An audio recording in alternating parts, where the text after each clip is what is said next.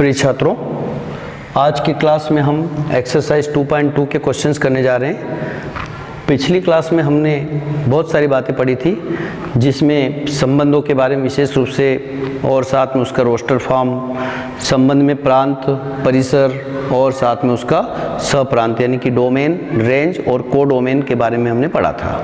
यहाँ पर आपका क्वेश्चन इस प्रकार से कि एक समुच्चय ए है जिसमें 1 से ला करके 14 तक अवयव हैं और एक रिलेशन R को इस प्रकार से डिफाइन किया गया कि XY जिसमें 3x minus Y equals to 0 का रिलेशन है और x और y दोनों ही बिलोंग करते हैं A में। ठीक है, तब इसका रिलेशन बताइए यानी कि संबंध बताइए, प्रांत बताओ, सप्रांत बताओ और परिसर बताओ। ठीक है, यह अपना एक क्वेश्चन है।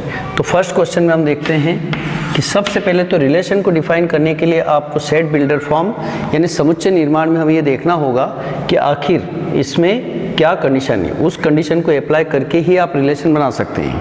ठीक है, अगर इसके A के 14 एलिमेंट्स है, अगले A के भी 14 होंगे, तो आप A क्रॉस A तो 14 इंटू 14 196 हो जाएंगे, यानी A क्रॉस A में जो एलिमेंट्स होंगे वो तो 196 हो जाएंगे, परंतु वो सब रिलेशन में नहीं होंगे। रिलेशन जो रहता है वो A क्रॉस B का उपसमुच्चय होता है, मतलब उसके कुछ विशेष एलिमेंट्स को ही लेकर के आपको रिलेशन बनाना है और वो विशेष एलिमेंट्स आपको कौन से लेना है यही इसमें डिफाइन किया हुआ रहता है। तो हम इस कंडीशन को देखते हैं। क्या दे रखा आपको 3x minus Y equals to 0। इसका मीनिंग ये हुआ कि y इक्वल्स टू कितना हुआ 3x। अब यदि हम x के एलिमेंट्स को लेते हैं कि यदि x का वैल्यू 1 लेता हूँ तो ऐसी पोजीशन 1 इसलिए ले सकते हैं, 1 से ला करके 14 तक ले सकते हैं। तो x का वैल्यू अगर 1 लेते हैं तो y का वैल्यू हो गया आपका 3, x का वैल्यू अगर 2 लेते हैं तो y इक्वल्स टू 3 इंटू 3 9 हो जाएगा, सॉरी 6, 3 इंटू 2 यानी कि 6 हो जाएगा।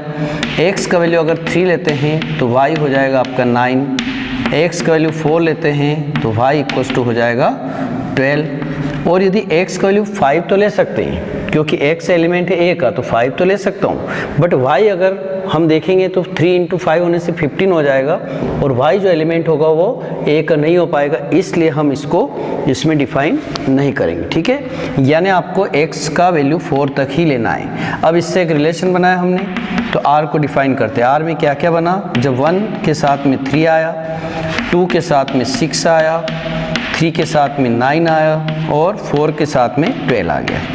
ये आपका रिलेशन डिफाइन हो गया। तो R का वैल्यू बताए तो R तो हो गया। अब आती है बात प्रांत की यानी कि डोमेन। ठीक है, तो प्रांत जो रहता है वो जो रिलेशन रहता है, सबसे ज़रूरी बात है रिलेशन को ही देखना आपको। रिलेशन में जो पहला सेट बना था उसके जो एलिमेंट्स हैं उनको लेकर के जो हम बनाएंगे वो प्रांत बनेगा। मीन्स पहले एलिमेंट्स कौन कौन है, 1 है, 2 है, 3 और 4 है। 1, 2, 3 और 4 ये आपके डोमेन में हो जाएंगे। बाकी एलिमेंट्स को क्यों नहीं लिए, क्योंकि वो इस रिलेशन में डिफाइन नहीं हो पाएगा। इसी प्रकार से सेकेंड बात आपको परिसर देख लेते हैं पहले। परिसर यानी कि रेंज। रेंज जो रहते हैं वो एक प्रकार से इमेजेस का सेट होता है कि जो इमेजेस बन चुकी है। जैसे आप देख रहे 3 इमेज बनी थी 1 की, 6 बनी थी, 9 बनी थी इसकी, 12 इसकी बनी थी। तो सेट ऑफ इमेजेस जो रहेगा उसको हम रेंज में लेंगे, यानी कि 3 आएगा, 6 आएगा, 9 आएगा और 12 आएगा। अब बात आती है सहप्रांत की। सहप्रांत में थोड़ा सा कन्फ्यूज़न हो जाता है, तो वो ध्यान देना आपको। सप्रांत जो रहता है वो पूरा सेट होता है। A टू A अगर हम बात कर रहे हैं कि जो रिलेशन है वो A क्रॉस A है और उसके सभी सेट्स को लेना है, तो जो A के एलिमेंट्स जितने भी थे, चाहे वो इमेजेस बने हो या नहीं बने हो, इधर वाले सेट के अगर A टू B होता तो हम इधर की बात करते, इससे हमेशा कोडोमेन बनता है। मीन्स A टू A है तो दोनों सेट्स एक जैसे हैं। तो इस A के अंदर क्या क्या एलिमेंट्स थे, 1 से लगा करके कहाँ तक थे, 14 तक। बट कुछ इमेजेस बन गई और कुछ इमेजेस नहीं बनी, पर हमें सहप्रांत यानी कि कोडोमेन बनाते समय ये नहीं देखना है कि इमेजेस का सेट ही लेना है, बल्कि आपको कोडोमेन में वो सब एलिमेंट्स लेना है जो इसमें थे। यानी निश्चित रूप से अगर कोडोमेन की बात करें तो कहाँ से कहाँ तक आएंगे, 1, 2, 3 अप टू कहाँ तक, 14 तक। Is it clear? ठीक है, यहाँ पर आपको फिर से एक बार समझाना चाहूँगा कि डोमेन में हमने 1 2 3 4 ही क्यों लिए, क्योंकि रिलेशन के अकॉर्डिंग हमने ये बनाए थे, कंडीशन के अकॉर्डिंग दी गई शर्त के अनुसार ये बनाए थे। इसमें जो पहले सेट के, यानी कि यूँ कह सकते कि पहले एलिमेंट से सेट ए बनता है, दूसरे एलिमेंट से सेट बी बनता है। यहाँ ए क्रॉस ए इसलिए दोनों ही ए बन रहे हैं। तो पहले एलिमेंट से जो भी रहेंगे उनसे आपको डोमेन बनाना है 1 2 3 4, 1 2 3 4। रेंज जो रहता है वो सेकेंड एलिमेंट से बनता है, तो ये आप रेंज देख लें, यहाँ से रेंज भी बन गई। अब को डोमेन की जो बात थी, तो को डोमेन दोनों सेट से जो थे उसमें से जो सेकेंड वाले सेट के जितने एलिमेंट्स हैं, चाहे वो इमेजेस बनी या नहीं बनी, उन सबको आपको लेकर के क्या बनाना है, को डोमेन। ओके, ये आपको शायद क्लियर हो गया होगा। एक और क्वेश्चन देखते हैं और क्लियर हो जाएगा।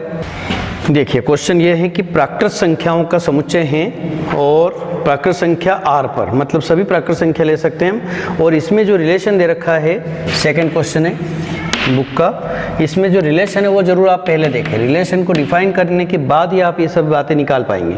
इसमें लिखा है कि x एंड y, और y का वैल्यू x प्लस 1 के रूप में, x प्लस 5 के रूप में दे रखा है, जबकि x जो वो 4 से कम प्राकृत संख्या है। ये कंडीशन है, देखिए आप, यानी सभी प्राकृत संख्याओं पर लेना है, बट एक कंडीशन ये जरूर है कि 4 से कम प्राकृत संख्याओं को आपको लेना है। अब अगर मैं यहाँ मान लिया जाए कि y इक्वल्स टू हमारे पास है x प्लस 5, ठीक है।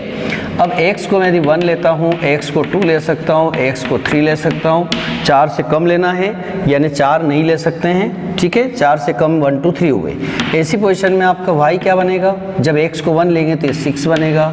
y को अगर हम x को 2 लेते हैं तो y बनेगा आपका 7। ऐसे अगर x को 3 लेते हैं तो y हो जाएगा आपका 8। इस प्रकार से जो रिलेशन हुआ वो क्या हुआ, देखिए आप, 1 के साथ में 6, 2 के साथ में 7 और 3 के साथ में 8 आया।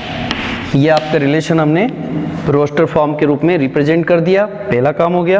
अब प्रांत बनाने के बाद शायद आपको बिल्कुल क्लियर हो गई होगी कि प्रांत में अब बिल्कुल आपको सोचना नहीं है। डोमेन बनाते समय आपको ये देखना है कि पहले पहले जो एलिमेंट्स है उनके सेट बनाने से आपका डोमेन बन जाएगा, यानी कि 1 2 और 3 ये डोमेन में आ गए। जहाँ तक रेंज की बात है, रेंज यानी कि R, इसको बनाने में हम कह सकते हैं कि जो सेकेंड एलिमेंट्स हैं, जो इमेजेस बन चुकी हैं, तो 6 7 और 8 ये आपका क्या बन गया, रेंज बन गया। जहाँ तक बात है सहप्रांत की, तो सहप्रांत तो जो भी आपने, हालांकि इसमें क्वेश्चन में पूछा नहीं है, फिर भी मैं आपको बता रहा हूँ। तो सहप्रांत का मतलब n to n ले रहा है वो, यानी इधर भी आपको नेचुरल नंबर लेना है, इधर भी नेचुरल नंबर लेना है। तो नेचुरल नंबर का तो कोई लिमिटेशन नहीं होता है, 1 से ला करके इनफाइनाइट तक होती है। मतलब आप कह सकते हैं कि अगर इसका कोडोमेन पूछा होता, ठीक है, कोडोमेन अगर पूछा होता तो वो नेचुरल नंबर होता, यानी कि सेट ऑफ नेचुरल नंबर, प्राकृत संख्याएं जितनी भी होगी वो सब कोडोमेन में होगी, ठीक है। बट उनमें से केवल इमेजेस यही बनी थी, इसलिए उसको हमने रेंज में ले लिया। क्लियर? तो आपको इस प्रकार से बड़ा अच्छा क्वेश्चन है, बस थोड़ा सा आपको ध्यान रख करके समझना है। खास करके जो कंडीशन रहती है उससे पहले आर बनाएंगे। आर बनने के बाद जब ये रोस्टर फॉर्म में दिखने लगेगा तो दो बातें तो यहीं से क्लियर हो जाएगी कि आपके रेंज डोमेन क्या है, तो डोमेन 1 2 3 हो गए। रेंज जो रहती है वो हमेशा सेकेंड एलिमेंट से बन जाता है। रेंज और डोमेन तो क्लियर हो गया अगर रोस्टर फॉर्म आपका क्लियर है तो, ठीक है। उसके बाद में कंडीशंस कभी कभी आपको खुद को बनानी पड़ती है, तो हम नेक्स्ट क्वेश्चन में देखते हैं। Thank you.